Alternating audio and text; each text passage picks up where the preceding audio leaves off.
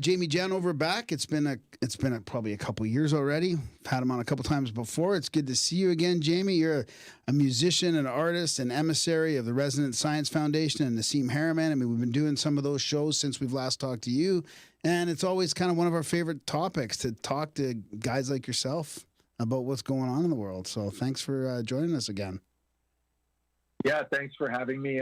It's good to know that you guys are still keeping up this epic series of discussions. You guys have been doing this for a while, haven't you? Yeah, it's been coming up on, what is it, 7.5 years, Darren? We're at 7.5. Yeah, we'll be 8 years in May. Yeah, so yeah, it's been a good Very journey. nice. Yep, yeah, it's been a good journey. Meeting That's people, awesome. yeah, meeting people like yourself, learning stuff, and yeah, trying to stay humble. It has been a little weird lately, not knowing if you even want to talk or not because everything's so, polarized and I don't know. It's just a weird time to be podcasting because part of me doesn't even want to engage in all this.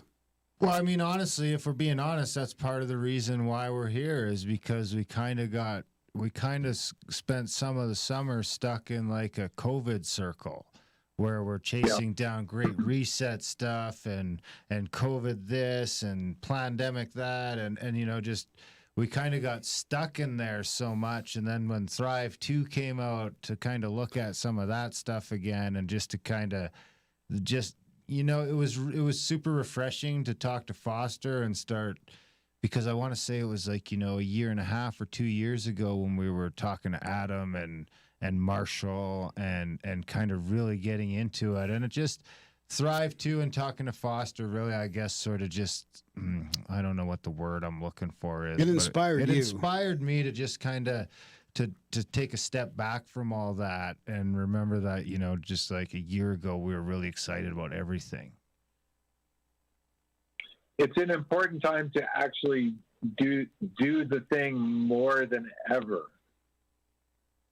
Especially folks like yourself that are going right down to the essential, real deal, like what really happened in our early civilization and what's really going on with physics and energy and technology and behind the scenes. It's an important time because there's a bunch of stuff going sideways.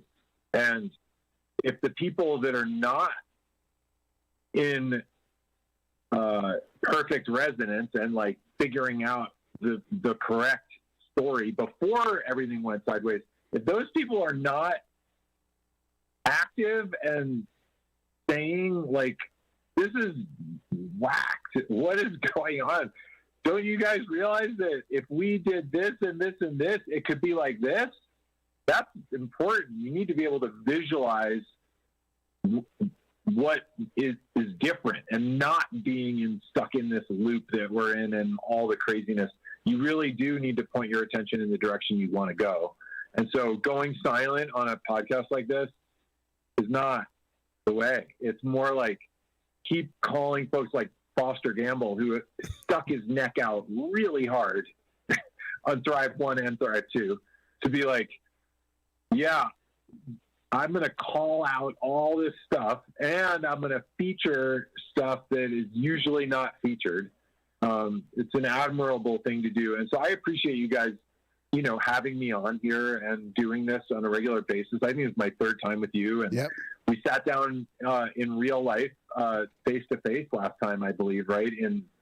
Where were we? Downtown Edmonton Calgary. or something? Calgary, yeah, it was at a conference Calgary? in Calgary. Yeah, we got the little the side room there, and yeah, that was good. We would currently not be allowed in that conference center. Right. I mean, it's going to be interesting to see how this all unfolds. But meanwhile, regardless of what we're doing here in the short term, in the long term, there's amazingly good stuff happening. Like you said, like we were all excited and we all are still excited, but there's a layer of dismay and confusion on top of the excitement. So it kind of clouds it, I would. Yeah. So, but So how do we practice discernment around all that? Like you mentioned that. I mean, how do we, Because that's a really good way of putting at it. I feel like there's so much crap out there that it's more important than ever to have your bearings on where you're headed, because the second you take your eye off where you're headed, a million things are trying to take you where they want you to go. Yeah. I think that what it's coming down to is the greatest resource, the most valuable resource on the planet has generally been a very strong kind of director or, energy suck. And for a long time, that was gold, right? Like, think about how much time and energy people spent being like, oh, wait, where is there gold? I'm going to move. I'm going to travel across the world and go to where this stuff is called gold. And I'm going to like dig for it for years and years, right? So like, then we like started to have currency beyond just gold coins or trading gold. And then it was like gold-backed currency, right? So gold was still the most important thing. And then we started to realize that we can make energy, quote unquote, make energy by burning stuff that's been compactified with a lot of pressure over a long period of time and put it into a cylinder, right? Do combustion. And so once we realized that, then we were like, oh, now we're going to go to where we can find that stuff. That's coal, oil, natural gas. And so that was the most valuable commodity for a really long time. And 2 years ago, it changed again. 2 years ago, data became the most valuable commodity on the planet. And that's why during this crazy pandemic time, it's the tech companies that own a lot of data, meaning like us and what we like and what we do and what we watch and what we click on, right? And where we go and all the stuff that they collect. Those folks who have that data are worth trillions and trillions more than they were worth. And the oil companies are worth less and less, right? So data is the most valuable thing. And what's that data? Like I was saying, the data is all the data we generate. And how do we generate that data? With our It's attention, because what we're paying attention to. Yeah. So just what you were saying, like you divert your attention. So like attention is actually the most valuable resource I knew you were going to say that right when you said the on resource. the planet. Yeah. And so just if you get anybody's eyeballs to look at what you're doing, that's a thing, right? And here we are doing it right now. Like, hey, let's do a podcast and we'll go live and we'll stream it and we get people to watch and like, oh my God, I went viral. And so if you go really viral and you have a YouTube channel, you can monetize that and advertise. And so that's the weird part, is that it's not just people doing their agenda out there in the world. They're also doing it because they want to get the eyeballs and they can monetize the attention and get the data of the people that are watching, like if they sign up for an email list or something like that. So it makes it really confusing because everybody's like, hey, look at this, check it out. And they're like, what's the craziest stuff I could possibly put onto this screen to get? And so they're like, let's just say that like some crazy stuff's going on and we'll make up a bunch of evidence and we'll make it into a conspiracy and it'll go viral. And it's worked really well. I mean, there's a bunch of those, right? Like it's insane. So how you discern, I mean, in my mind, I just like kind of intuitively can tell sometimes that just doesn't resonate correctly at all. And you look into it and you're like, wait, what website is this? And where are they getting that? And then you go, oh, no. Quickly, like, just don't go there. Your own news source is the best news source. That's your own personal compass and intuition. But outside of that, very confusing because I don't know. It's hard to know who to trust, but physics, I trust. I trust the way the universe works. I don't think the universe's physics is changing based on what society on Earth is doing at any particular time. So that's very reassuring. You can always rely on the physics of the universe, even when humans are getting all sideways. Can't we start to affect those physics, though? Well, you affect the physics all the time. Yeah, so I can move. With the media being able to manipulate us en masse with these phones on a level like never before, are they able to? Because I remember on Thrive 2 where it shows Nassim sort of the unified field branching over into health and stuff like that. Like, can that be disrupted by outside influence? Yeah, outside influence can disrupt the resonance of anything that's going on in a short-term, localized way. What I'm talking about is that the bigger picture of the way that the feedback mechanism of space-time itself works is kind of a safeguard in that the universe itself is conscious. And so it should be reassuring, I think, that there's an inherent coherency to the way things go. And things can fall out of equilibrium, but they tend to pendulum back. And so we can swing stuff out of balance, but it's going to come back. Like if we destroy the Earth's atmosphere, we might go extinct, but the Earth will be okay. And so that's a bigger picture version of what I'm talking about. And on a smaller level too, they can try to mess with people.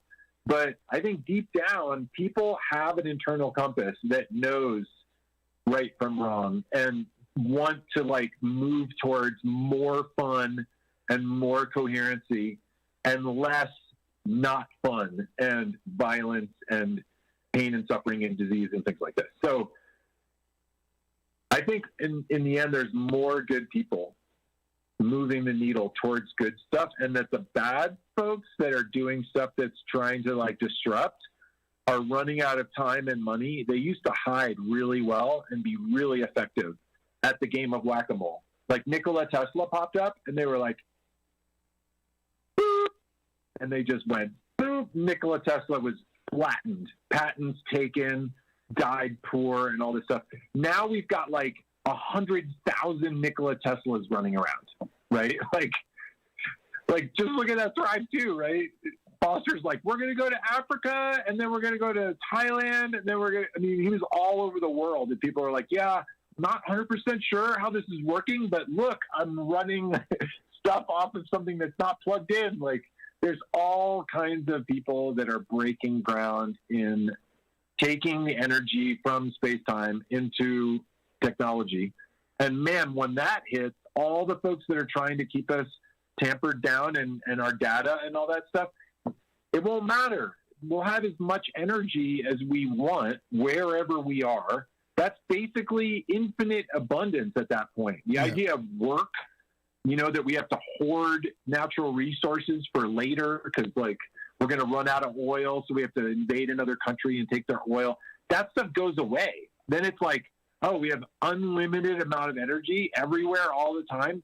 Oh, so we should try to figure out how good of a record can we make? How good of a picture can I paint? It's more like how beautiful can we make stuff? That's the goal, instead of how much money can we hoard, how much energy can we have, and all this stuff. That's where I think we're going to get, but it's going to be messy, super duper messy on the way. Do you think, what do you think the timeline, with us only being 2 years into data after, arguably 100 years of oil, and before that, a millennia of gold, are we looking at 10 or 20 years of this, or do you think this is already flipping around? Or because I've been saying lately, then I talked to this guy from Australia right before we talked to you, and he kind of took all the wind out of my sails. But en masse, I can almost see like most people coming to my side of the aisle and that's not, I'm not just talking on COVID narrative or everything else. It's just like, in a sense, this, and I fucking gonna hate myself for this, but in a sense, this great awakening is happening. Well, it's true.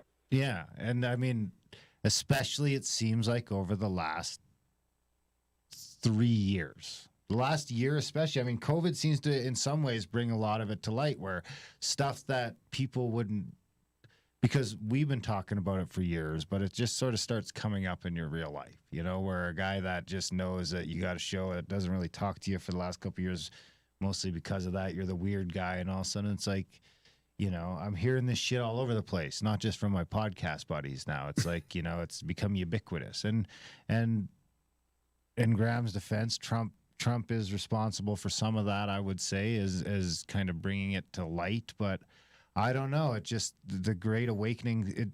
The other day, I was kind of almost looking at it as like an evolutionary thing, where it just seems like, which I think you could sort of come in with the 100,000 Teslas thing, where it's kind of like, or the 100th monkey. I don't know. It just seems like maybe they can't do it this time because we're just too far along as a species to let it happen. But I don't know. I wonder sometimes if I'm just a bit of a dreamer.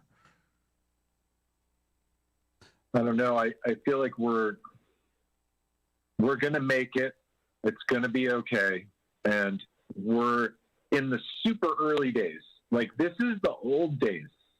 The great-grandchildren of all of us that are alive now are going to be like, how did you guys even survive back then? Like, you were burning stuff to make energy?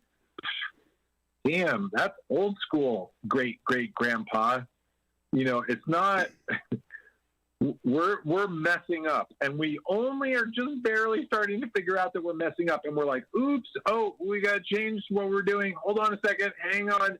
And then we invented the internet, and we're like, oh, yeah, everything's free, and it's .com this, and then we're like, oh, wait a minute, actually, maybe we need to, like, have a little more organization, and then, like, political stuff goes on social media, and then we're like, oh, wait a minute, maybe this is not such a... And so we're just starting to find our balance. It's all brand new stuff, right? Like, companies are going down and other ones are just popping up and taking over the whole thing. But in the end, like I keep coming back to, the physics doesn't change. And so when all these different people all around the world all start to find out deeper levels of reality, from quantum physics to astrophysics, and they're like, wait a minute, everything's connected by the structure of space, and the study of structure of space is called geometry, and the geometry of the vacuum of space is actually this, and wait a minute, ancient civilizations encoded that into their monuments and their documents and traditions for thousands of...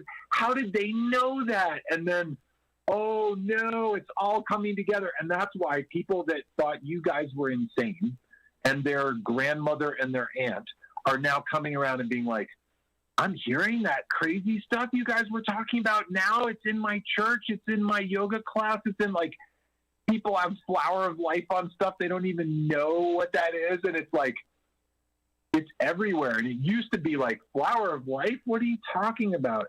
Now it's like in commercials. It's on the cover of albums. And, you know, people understand about this now worldwide. And that doesn't change. You know what I mean? Like, it's just there. And so people can go sideways with conspiracies and left and right, and they can say the earth is flat. They can do whatever they want, but the physics of the universe is not changing very quickly at all. It changes very slowly, I think.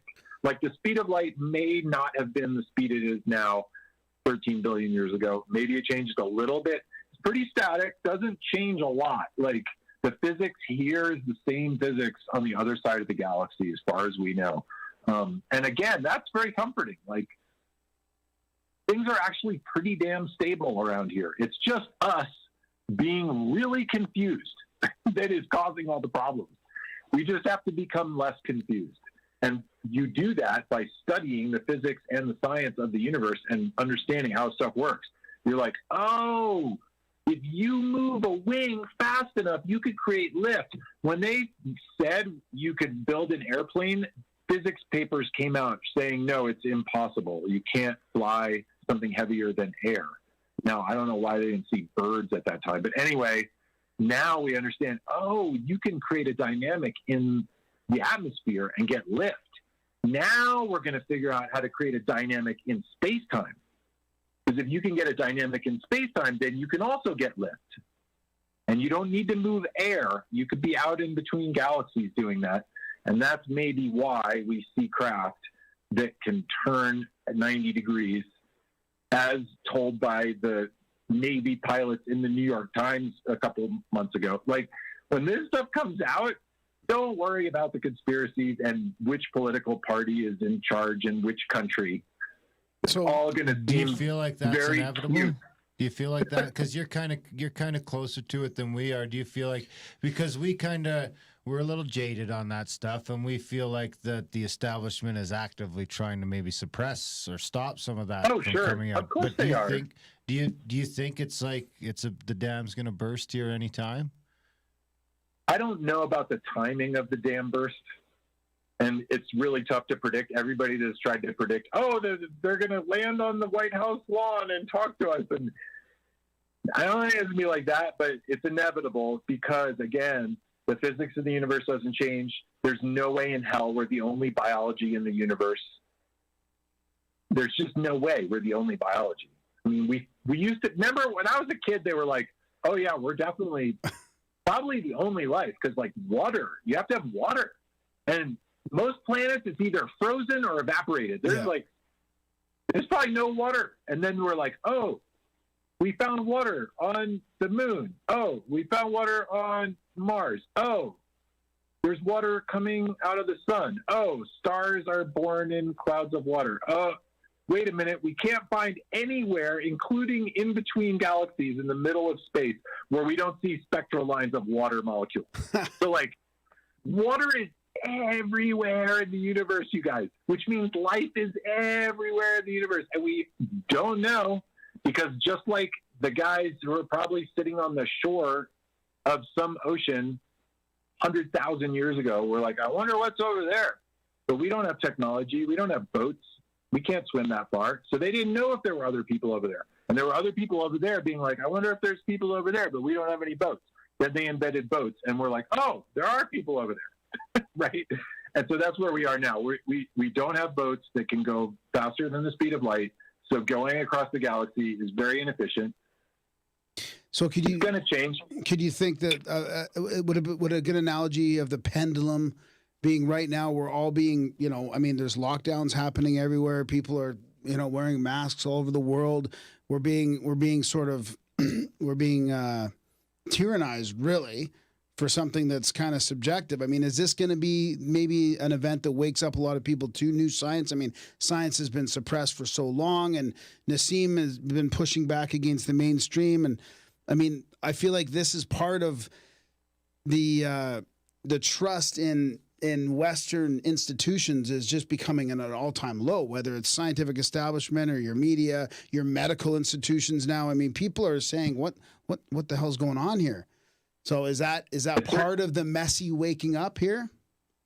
Well, it seems to be, for sure, for us right now on this planet. It's definitely messy. And yeah, it makes people think, because here we are worried about something we can't see because it's so small. And so people have to think about a really small scale. Like, how big is this thing? Right. Is it so small that it goes between the little holes in a mask? And so then they're like thinking about other dimensions, because Nassim's definition of a dimension is not an orientation in space. It's a scale or a size of a structure. And that the universe is infinite scales, infinitely bigger than the universe and infinitely smaller than the atom, right? Like the Planck is the shortest wavelength of the electromagnetic spectrum as discovered by Max Planck. And there's 10 to the 60 of these little vibrations in a single proton. But there's stuff smaller than that. And so people are having to like think about these scales of like really small stuff. How does that work? What's happening with this virus? What is a virus? Do viruses really exist? The answer is yes, they do. So do microbes, and cellular biology is a thing. It's real. And there's biophysics to this, right? The energy, how does the biology work? The biology is not just, I mean, we're burning at almost 100 degrees Fahrenheit, 24/7. That's a lot of thermal energy coming out of every human. Unbelievable what our bodies are doing, right? And so you have to understand that there's mechanics, right? A virus has a structure, and it has a protein, and then it has a spike on it. And the spike has to attach to a little hole so it can get inside and do its thing. And then you try to make it different. And what is all this? It's geometry.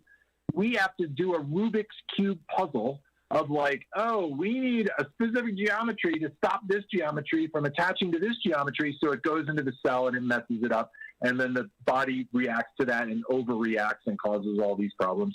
And so I'm not a person who thinks that there is no such thing as viruses. I mean, that's been going around. And just today on a call with William Brown, he actually had a debate with one of these doctors who was arguing that there are no pathogens, there's no viruses, there's no microbes. That's not correct. There are. And we have so many of them living inside of us right now. It's a normal part of biology and biophysics. And in biology, stuff swings back and forth. And there's pandemics in various species. This is part of, like, it's like forest fires, right? The fire burns and then the forest grows back. And then some people get sick and they die and other people don't. And then it's messy. Biology, shit happens is a phrase because it's true. And it happens in all scales. In cosmology, stars don't last very long. They blow up. Comets hit a planet, it sheds its atmosphere. Yeah. I mean, yeah, but it's a normal process. I mean, I agree with you, but I'm not really thinking of it as far as like whether a virus is real or not, but more of the reaction to what's happening. I mean, you know, the lockdown itself, the masks, the whole. I guess it's like, what's the consequences of stopping the forest fires from happening? It's kind of like, and I think I like that because it's kind of like what you see in California now when you don't do proper forest management for 20 or 30 years and you get a bad fire season, it's a fucking disaster. Right. And the analogy though that I would probably say is, oh man, it's like, how much effort do you spend on preventative stuff? Like, in other words, I'm really disappointed that in all of this COVID stuff, it was like, oh, hey, everybody, we're going to be locked down in our houses for a really long time. So because of that, here's the best way to fight this virus. Build your immune system. So here's some tips on how to get good sleep, the kind of food you might want to eat to boost your immune system, right? Like, all the exercise types of things you can do. Like, they didn't vitamin say, D, vitamin D3, zinc, anything positive. Here's the way to make sure your immune system is super dialed in so that if you do get COVID, your body's like, oh, really? And you're one of those people that's like, oh, I tested positive? I didn't even know. That's the perfect example. That's right? Kind of what I'm talking about. Exactly. Just there's got to be an awareness of how this was handled at that kind of level. That it just seems like it's like that was counterintuitive to you're pushing the wrong narrative because we're not going to be more prepared for the next time. If anything, we're going to be less prepared because we're not learning. It's like we're not learning exactly what you said, how to take care of the immune system. We're just learning kind of how to. Instead of trying to be symbiotic with the physics, we're kind of trying to, I don't know, just step aside from them. Like we can remove ourselves. People are learning how everything is connected and that the way you think affects your biology, right? Epigenetics. I know you talked to Bruce Lipton, right? If you think you're going to get really sick, you can make yourself sick. Just like a placebo can be given to you, even though it's a sugar pill, you think it's going to cure you, and it does. Now, that is not talked about enough at all. Like, it's always why don't just they tell glossed over? Right. Why aren't they not talking about it? Because our society and the way that the monetary system got embedded in information, the drug companies don't want you to know that you can heal yourself because they're not going to make as much money. And that's where it comes down to the awareness of the general public knowing this, being like, oh yeah, honey, you see that commercial? And you tell the kids, you like, see that? That's a drug commercial. And what's up with these companies is they're making that product and they're going to just try to make the symptoms go away, but not cure the disease. Because if they cured the disease, then they don't sell more pills. I just wanted you guys to know. And so all the kids today are probably like, oh yeah, we know about that because it's been vetted out because there's all these, talk about Teslas, talk about Sherlock Holmes. How many Sherlock Holmeses do we have right now? How many internet sleuths? Like, there's one weird tweet and somebody's like, oh, that guy has a fake account who's messing, and they like, within 10 minutes, Twitter has figured out this big mystery. So if they can figure that out, they can figure out that the drug companies are stacking the deck and that the virus, is going to have this cure-all and they're going to try to sell it to everybody. And so, yeah, it is messy. But if you understand that all that's happening and you understand the physics and the organization with which everything happens, including nature, society, human interaction, culture, then you can call it out and see it. And then hopefully part of the idea of this is that the bad stuff won't upset you as much, and you can focus on creating coherence, building the new paradigm, healing people, helping people to have more fun and have a better quality of life while they're here and all that kind of stuff. That's exactly what I was going to say. And you guys are doing that. You're doing it right now with this show. I keep wanting to come back to, like, you guys are part of the solution just right now, just even talking to us about this. Yeah, no, but I think I got the analogy for physics. Every action has an equal and opposite reaction. So them pushing so hard. Most known thing ever. That's what I was trying to get at. That's what I was trying to get at. It's your constant backfire plan. The backfire and the pendulum all kind of come back to physics of that equal and opposite reaction. That the more they try and steer us away, the messier it's going to get. But I don't know. It's like the reaction is obvious, like you said, where you got this. I love Scott Adams' term of weaponized autism for the internet sleuths, which again is the drug companies. But yeah, but you answered my question, because I was about to ask you about how to pay attention to this without attachment, and then focusing, like you said, on the positive future and creating all this positive stuff. So I think that's part of the trick right now, is how do you discern what's going on without attaching to it? You can, like you said, you can call it out in a proactive way, I guess, in a non-hateful way, hopefully, and then focus on what's possible. Well, it's okay that not everybody is on the same path and at the same level of wanting to even change. And so, in other words, there's going to be a whole group of people that are going to call stuff out, and they're just professional calling stuff out people. Yeah. Right? Yeah. I'm not one of those people. I see them calling the stuff out, and I go, oh, look at that. They called that out. But then I go, what do I actually want to do and make? Yeah. Like, I don't want to spend a bunch of time and energy pointing towards the stuff that I don't want to, like Buckminster Fuller said, you just got to create the new paradigm, and then the other one just kind of falls by the wayside. So instead of calling out the conspiracy theories, like I tried as an experiment one time to go into a YouTube thread and explain that the earth wasn't flat. And it was not a good idea. It didn't turn out well for me or the people in the thread. I learned, I was like, okay, I'm glad I did that experiment. I really dug in. I was like, okay, I'm going to show so much stats and data. And I was like, no, it hurt me. It really hurt me. I'm like, okay, I'm glad I did that experiment. Now I know I don't have to push back against anything ever. I don't push back. I just know, like AM radio, right? It's mostly static. And so you're spending time being like, and then you hit the station and there's this excellent song. And you're like, yes, I found the radio station. There it is. And you listen to that station. You don't stay going like this all day in the static. And so the trick is figuring out how to get the hand on your own dial in here, because this is a bio-oscillating crystal we have inside of our head, and consciousness doesn't come from inside our head. Consciousness is the field of the universe, and the brain is a radio receiver, right? So, yeah, we've got static in our head, too. We get into weird little loops of thought, of being like, oh, man, I'm such an idiot. Why did I do that? I'm such a sphere monger. Yeah, and you can cycle that, and if you're not on top of it, you can spiral down and then get into really tough places like manic depression or just depression in general, suicidal thoughts, all this stuff. So you have to learn how to tune yourself like a radio is what I think. And part of doing that for me is understanding what's actually going on. Like, not only am I just randomly here?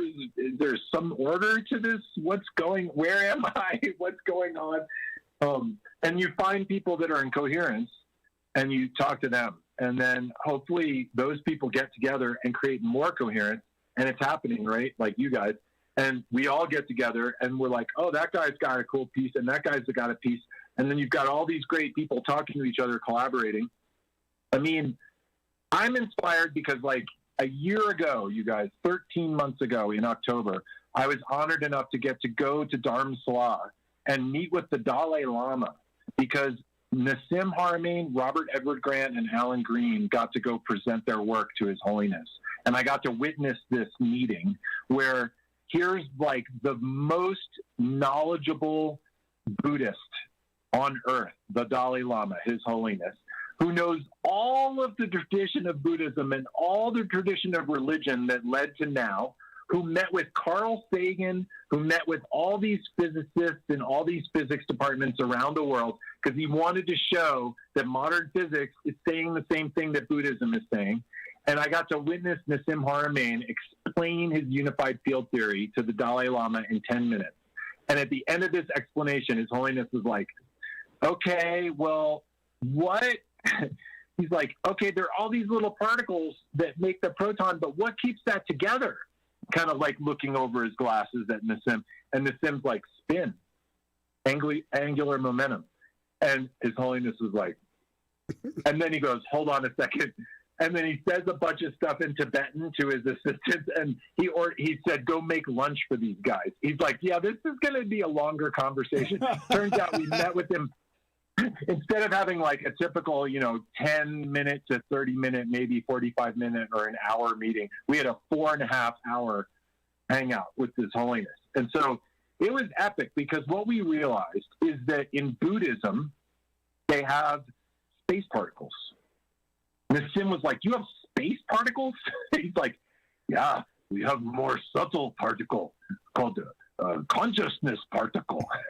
Nassim is like, oh my God, I was just working on the subplonks. Maybe the subplonks are the consciousness particles. And I'm here being like, oh my God, this is historic. We have the edge of physics meeting the edge of consciousness and spirituality. And we were like, it would be really awesome if we could have some sort of conference where we got the leaders of spirituality and religion together with the physicists, and maybe we could call it Convergence, because, His Holiness has a book called Convergence, The Convergence of Science and Spirituality. It's The Universe in a Single Atom is the name of his book.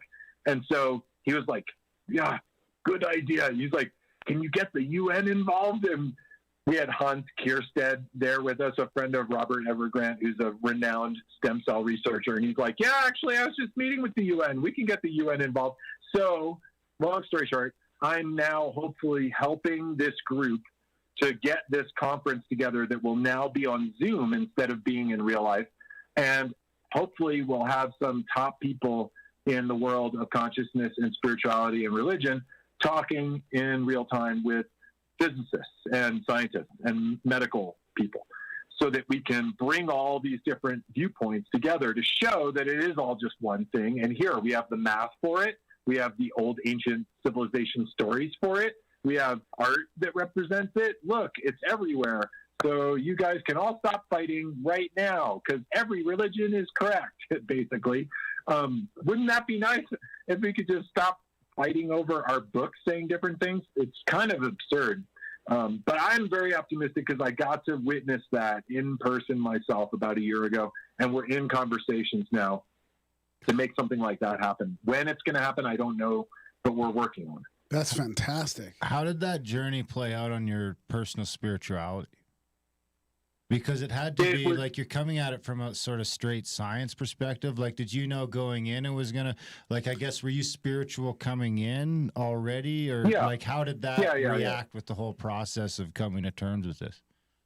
It was just an affirmation of being like, oh, cool. Everything that we've been talking about and the stuff that we've been working on has been affirmed by a very, very knowledgeable, authoritative person in the world of Buddhism, which is a very deep tradition that is very logical, and they debate each other all the time as part of their training. We watch the monks do this. It's almost like performance debate, where they stand in this one hall and they have books, and then they'll be like, this says that it's like this. And then another monk will be like, no, it can't be like that because free will is, and they'll go into these very abstract, very detailed, logical arguments of spirituality. And so like, it's like the most scientific religion in some ways, because they're so logical and so tapped into the physics.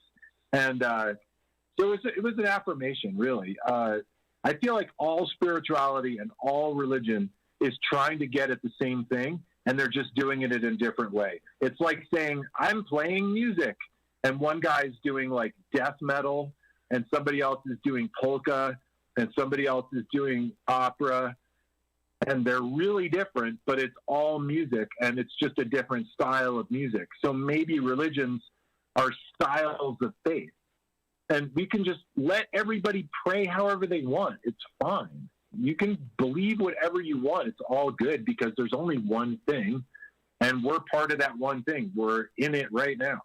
It's a hollow fractal structure we call space-time or the universe or the multiverse or whatever, and there's nothing that's not that.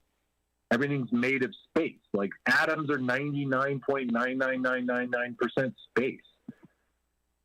Yeah. So there is only one thing. So why get upset about other people doing stuff that's different? Like, I have a lot of tolerance, I feel like. And so I have empathy for the people that are really confused because I don't blame them for being confused. I'm confused. I was really confused. I got told so many things in school that were totally wrong and we now know are wrong. And they've changed the textbook since then, like water being rare in the universe, for example. I mean, there's so many things like that. I had a little model in my school showing me the Earth going around like this, around the sun. And I pictured us just going Groundhog Year around and around. No teacher bothered to tell me, oh, the sun's moving while that's happening, right? Like, it is? Oh, the Earth is making a helix? How come no one ever told me that? I didn't find that out until I was an adult. I'm like, we can make the movie Avatar, but we can't make a 30-second animation to show to every preschooler being like, here's the dynamics of your local environment. I mean, we are so backwards. It's unbelievable. That's why I'm on such a mission to explain this stuff all the time.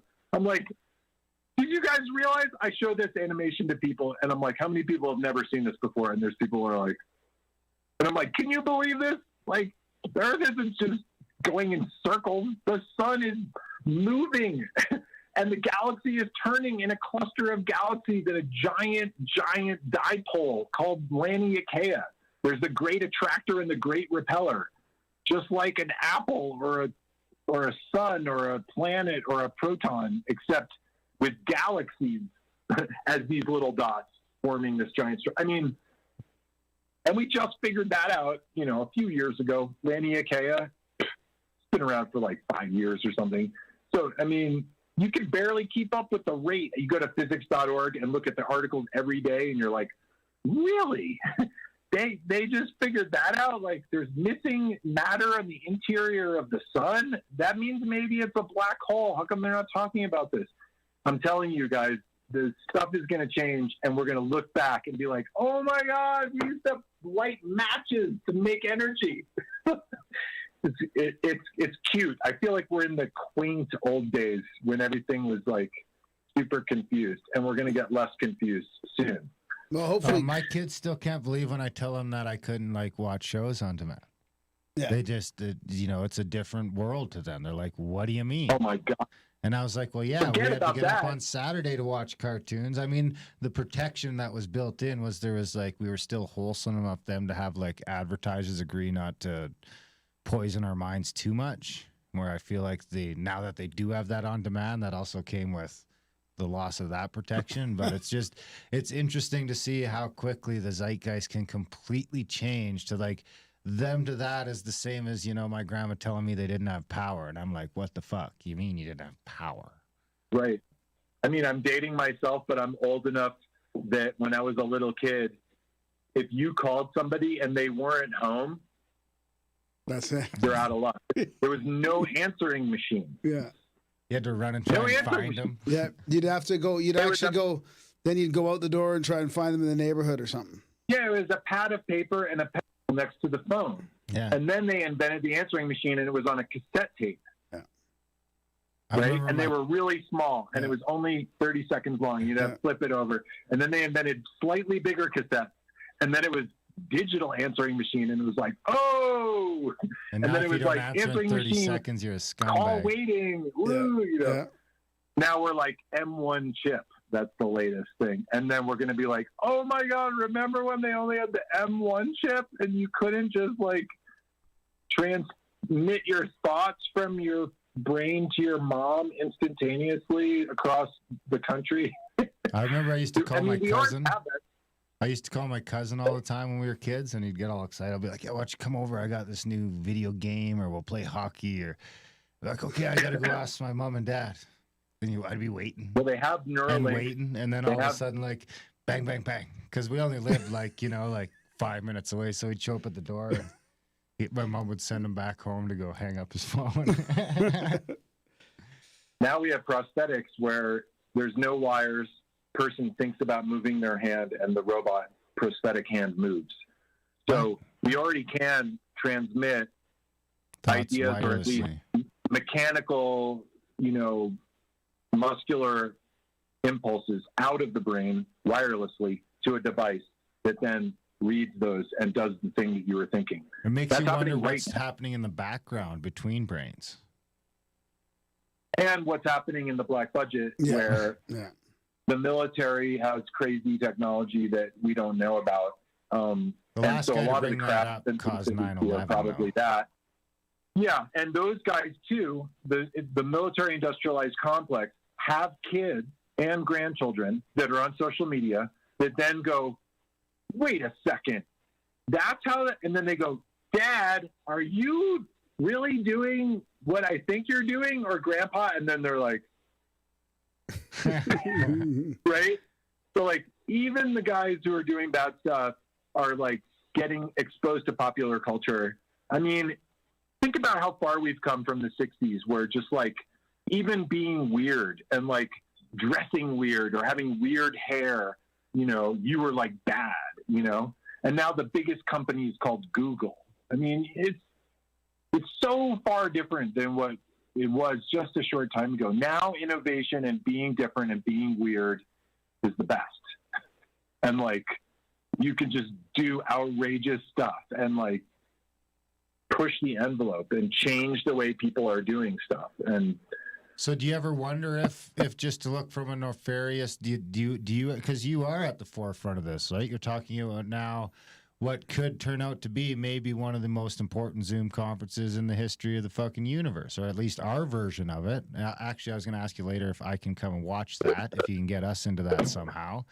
But I mean, then you see something like this happen where you see the clamp down on information. Like, does any part of you ever wonder if they're trying to stop you guys from letting that genie out of the bottle?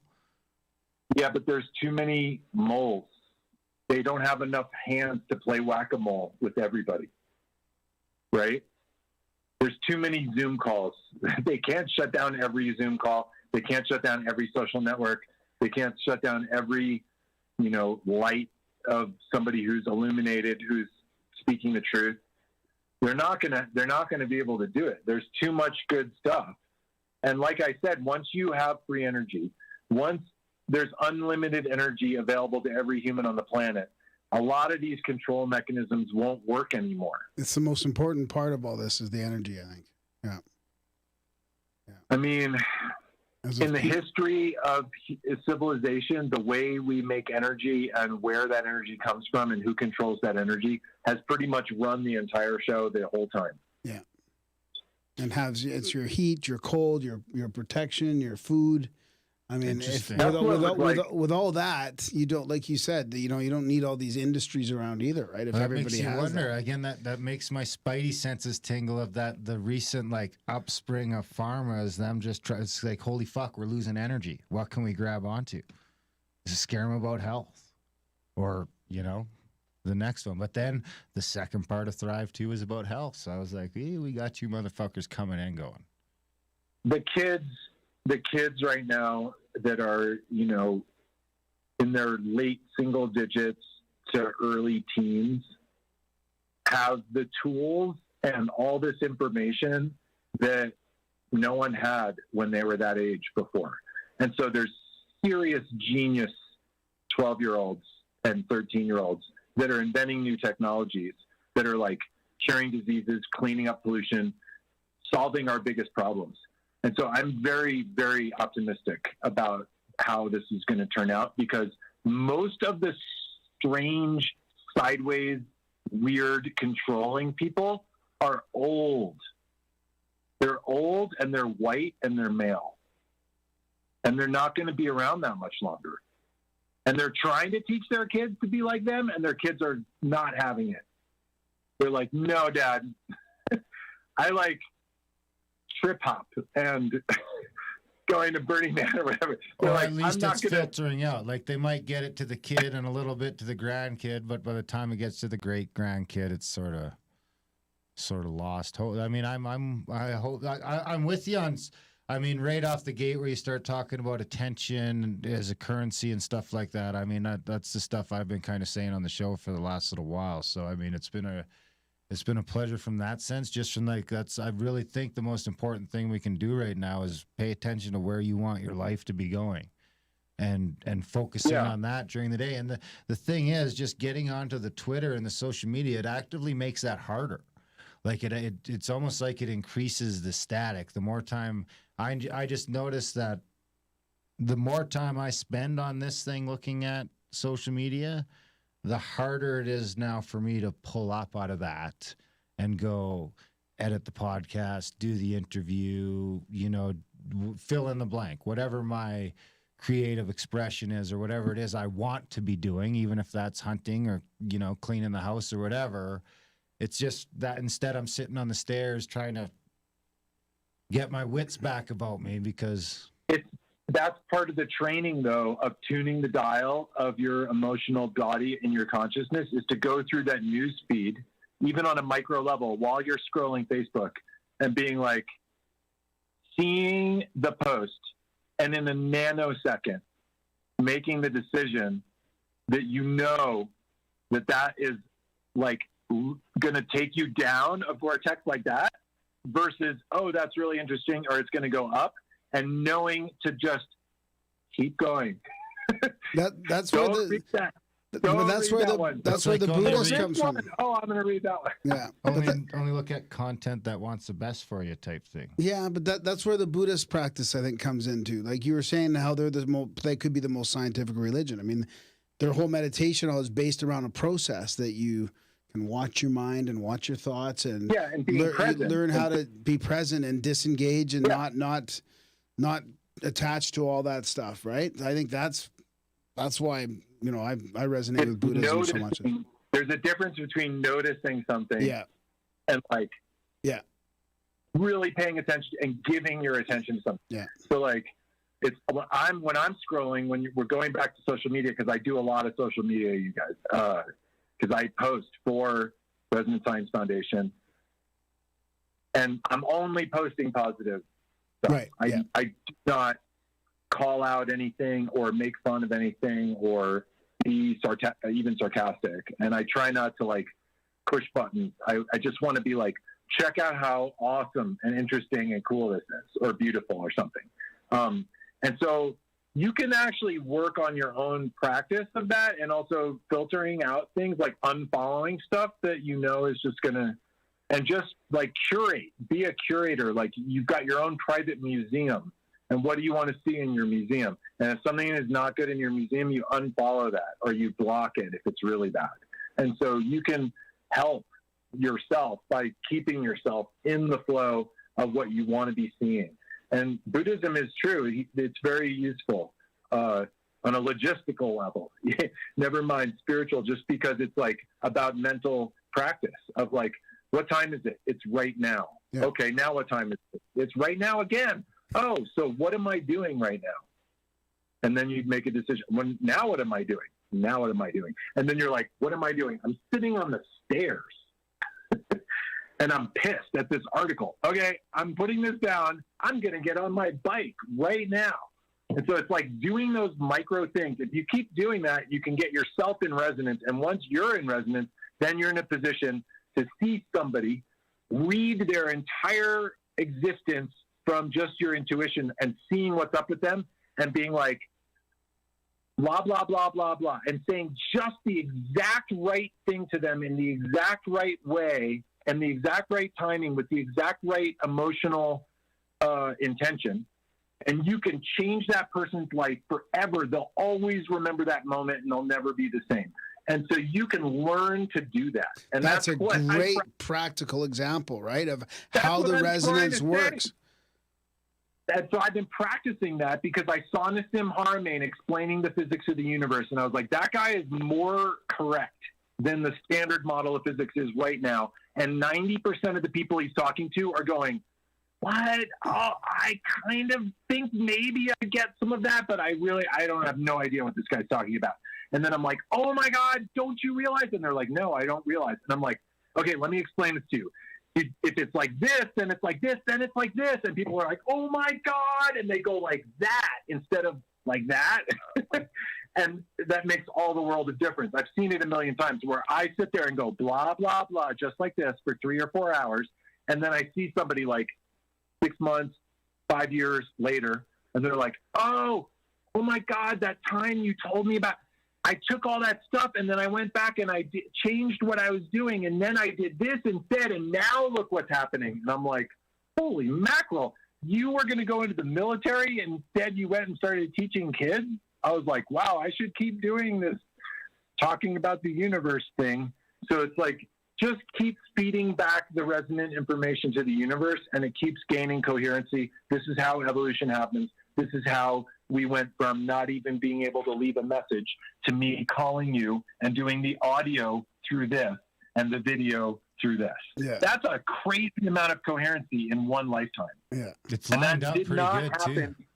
Because the conspiracy people were out there and they were trying to tamper down all the information. Tesla was like, we can transmit electricity wirelessly and give everybody electricity everywhere. And Morgan and all those guys, Westinghouse, they were like, no, we won't make any money selling copper wire if we do that. And so they were like, squash that guy, buy his patents, push him away. And now it's too late. They can't do that to us anymore. Listen to us right now. Yeah. No, I think there's too many moles now. Yeah. Hopefully. And there's great people out there. There's so many amazing, great people doing so many great, amazing things. And even if nothing else, you probably feel how much better at the end of the day after just trying to spread positivity. No, that's the health. I almost aspect. The direct health implications. Got caught up in it today with the city I live in on Twitter. And there's a little, and I remember thinking, I was like, when I get home, I'm going to find that fucking article and I'm going to find that and I'm going to send it to them so that they know I'm right. And then I had a hoot and I was like, what the fuck am I thinking? Who gives a fuck? I mean, yeah. And then you have a great podcast where you talk to really important visionary people like Bruce Lipton and Foster Gamble and Nassim Haramein and all these folks from Resonance Science Foundation. And it's such a better use of your time. It's such a better I really use of your appreciate time. you guys doing it. Yeah, no problem. But we appreciate the feedback for sure. Yeah, we're actually talking to Adam Apollo again next Tuesday. So we'll beat this down. Was he at the? So who? Man, I was trying to think. Like, it's crazy to me even to think that we interviewed 3 guys that got to go and chat with the Dalai Lama. I can't even imagine what that must have been like sitting in the room. It was quite something. Nassim Haramein was on one side. Robert Edward Grant was on another side. Alan Green was over here. So how does Alan Green fit into that? Because is the same Alan Green we've had on a couple times with the Shakespeare stuff? Yeah, Alan is a brilliant researcher. I actually have done some social media for him and work with him and Robert Edward Grant at a company called Crown Sterling, working on data sovereignty. And that's a whole topic maybe Adam will get into because I actually work with Adam and Alan with Robert at Crown Sterling. And Robert is a brilliant polymath. And if you're not familiar with Robert Edward Grant, I recommend checking out him on social media and his website, robertedwardgrant.com. He, just like Nassim Haramein, is kind of cracking the code of the universe through mathematics and number theory and straight geometry, whereas Nassim is coming at it from more pure physics perspective. And it's very complementary work. And Alan is a brilliant cryptographer. And long story short, Alan got deep into the work of William Shakespeare and figured out that the complete works of Shakespeare is a giant encryption, encoding geometric information having to do with the Great Pyramid of Giza. Now, this sounds fantastical, but go check out his YouTube page. He's Bard Code, B-A-R-D Code. And he's got great podcasts. Bard Code on Instagram, Bard Code on Facebook, YouTube, and his website is tobeornotttobe.org. It's very convincing.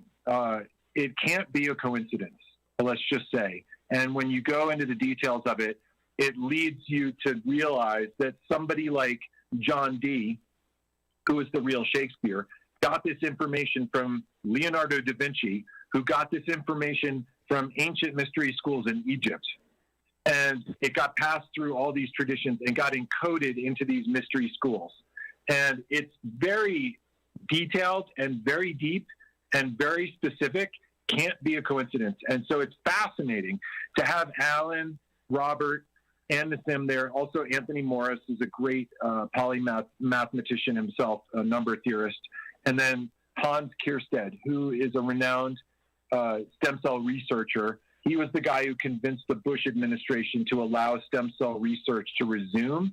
And he coaxed stem cells to become the sheath cells that go around nerve cells in your spine. And he injected them into paralyzed people and got the nerves to regrow or work again. And they could partially move previously paralyzed parts of their body. He was there too. And between all of those researchers, they were like covering history, religion, medicine, physics, mathematics, geometry, and then the connection between all of them.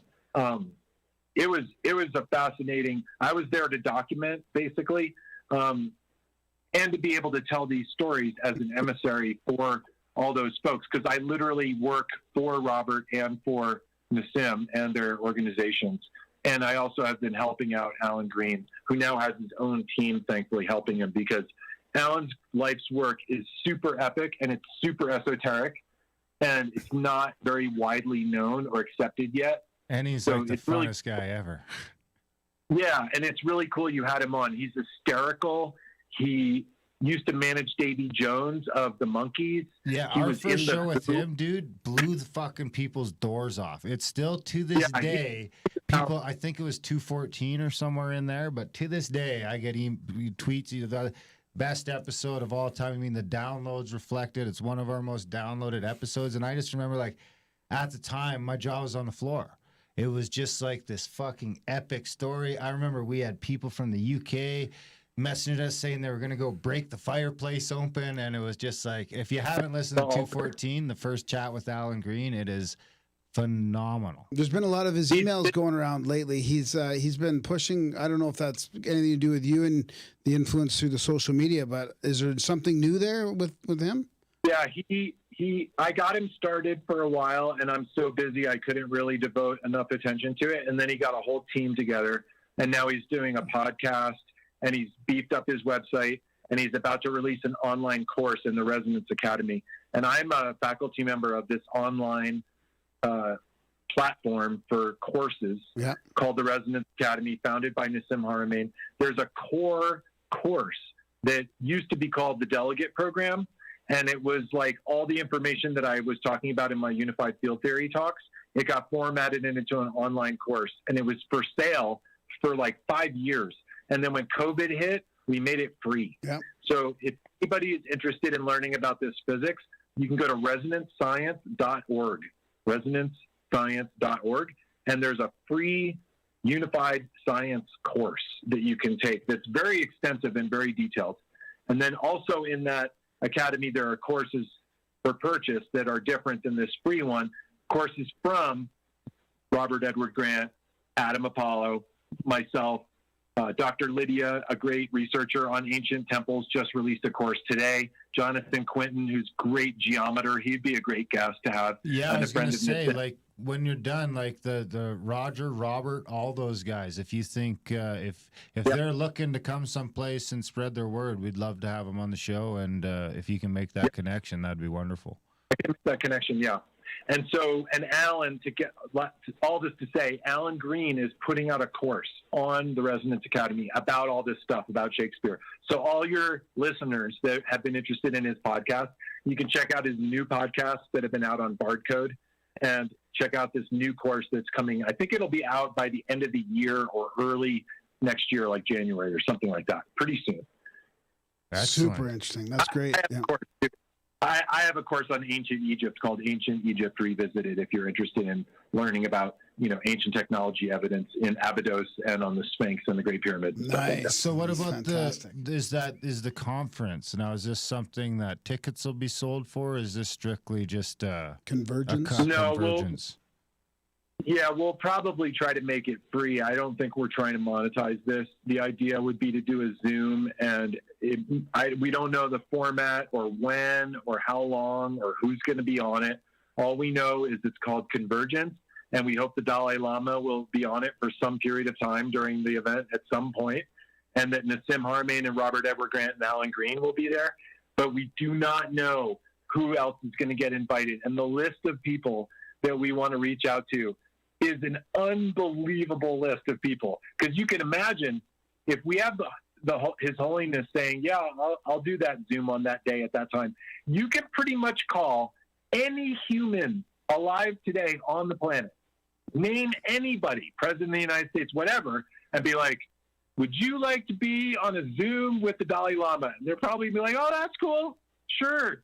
Leonardo DiCaprio, or like, I don't know, Anyone. the Pope or Oprah. I don't know, like, name anybody. Not that we're going to have those folks, but like, it's wide open. So we're like, Yeah, hopefully not. Stay away from Hollywood if you Yeah, can. no Oprah. we're trying to figure out like who's going to represent these different disciplines of science, who's going to represent spirituality generally, who's going to represent different religions. How many people? We don't know. It's still in the early stages. Yeah. But just the fact that this is even being talked about Yeah. gives me a good reason to wake up and be like, let's tell people about the universe today again. Yeah, Totally. that would be amazing. Seeing all I could picture it as all the Zoom people attending, but then to be like they're presenting at certain times, each of them having a certain amount of time to go through and present stuff. It'd be great. Yeah, totally. Yeah, we're trying to figure out the format. Well, let us Yeah, know when you do, and we'll spread it as far as we can. Yeah. For sure. Yeah.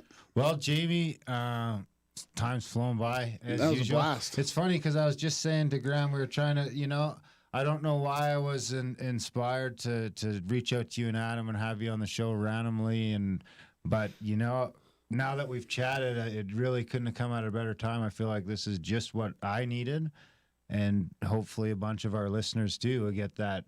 It's really reaffirmed that just focus on the positive and get that message out there. And it doesn't seem like it, but that's what actually moves us forward.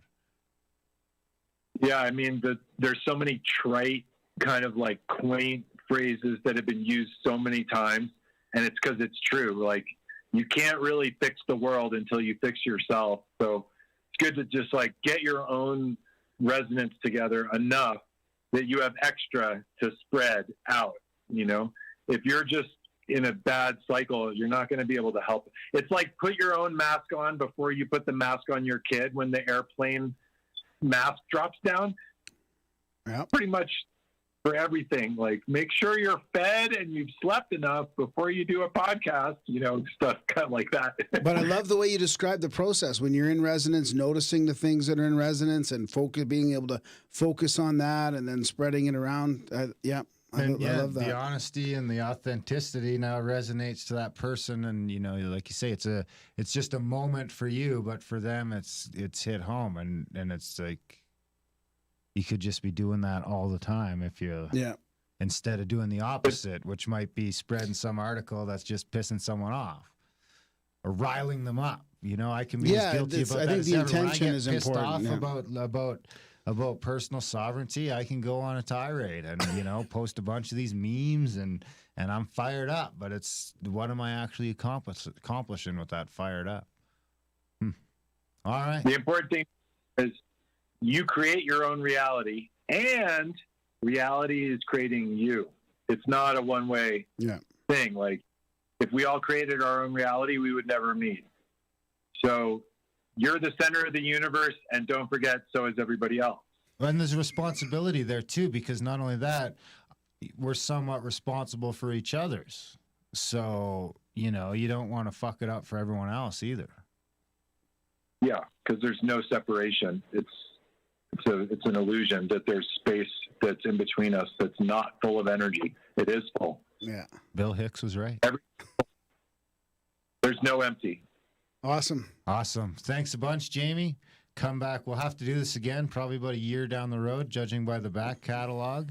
And hopefully by then it'll be a recap of possibly the most important Zoom conference of all time. Maybe. All right. I'll see you every 365 days. I'll see you. Okay. See you, buddy. Thanks, Jamie. Thanks, buddy. Have a good one. Have a good one. Thank you. Okay. And that was our chat with Jamie Janover. What'd you think, buddy?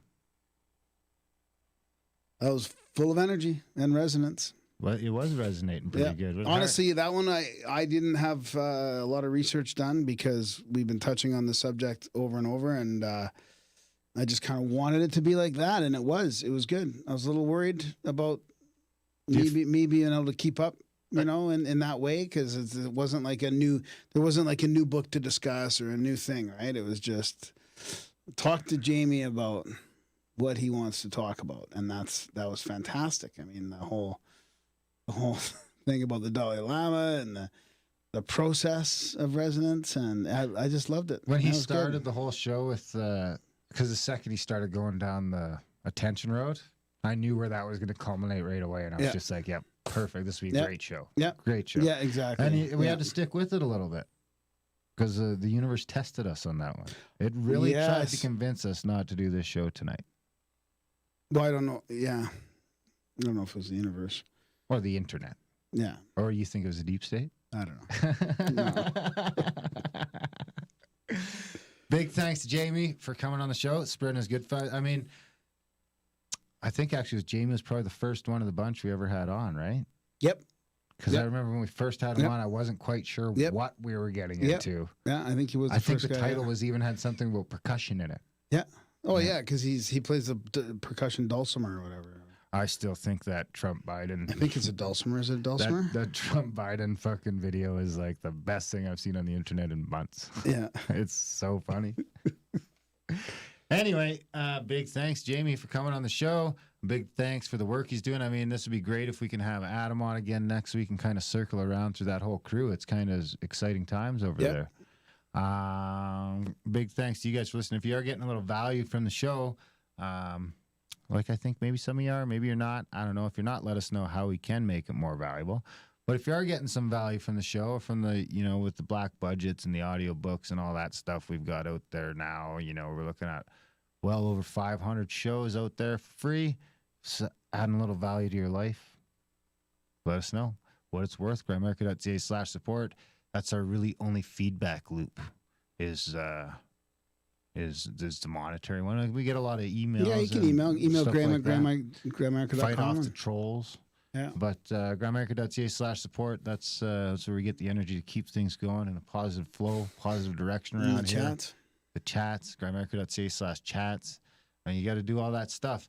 That's how it gives us the energy to keep propelling the show forward. If that dries up, then the show will probably dry up shortly after. We could not be doing the show 7 years later without the 1,000 or so people that have already stepped up to support us. Exactly. And I mean, the show would have disappeared a long time ago if it wasn't for those people. Maybe now some of you guys can step up and make sure the show's still here in 5 more years for the people that'll need it then. Because like Jamie says, we can't force this on people. We had a bunch of markers. We had 1,000 people getting up to 1,000 in the chat. We crossed a bunch of them all at the same time. No, did we? Yeah, we're past it in the chats. We're past it for reviews? ratings. No, we passed 1,000 ratings. Yeah, I think we're almost up to like 1050 now. Wow. And then Chats is up over 1,000. Yeah. The YouTube's not at 10,000 yet. and subscriber and donators or subscribers. Or how is that? Donators were at like if I include the one times and everything, I think we're down to within about 75 from the 1111 that'll get printed out. And put on the wall So there. we're over 1,000 on that too, if you include. Well, if I include all the one times and stuff like that, then there's just over 1,000 emails. And then YouTube, we are getting to 10,000. Not that we care about YouTube, but honestly, it's just a platform for us to use, but to stream basically. But stop at 9,999 if you don't mind. If you go in there to subscribe to our channel and you're going to be like the 10,000. They send you a cool plaque for No, they don't, do they? Dude, you should see the one they sent. No, they don't. What's do they? that show? I can't remember. But it's also, it should be a plaque that says we're going to start canceling your shows more. We're going to start deleting the guy you that more. does the YouTube channel? Sure, it's not a plaque that says. It's like X something. I don't know, X22. No, he was gonna come. He's coming to the Scablands event.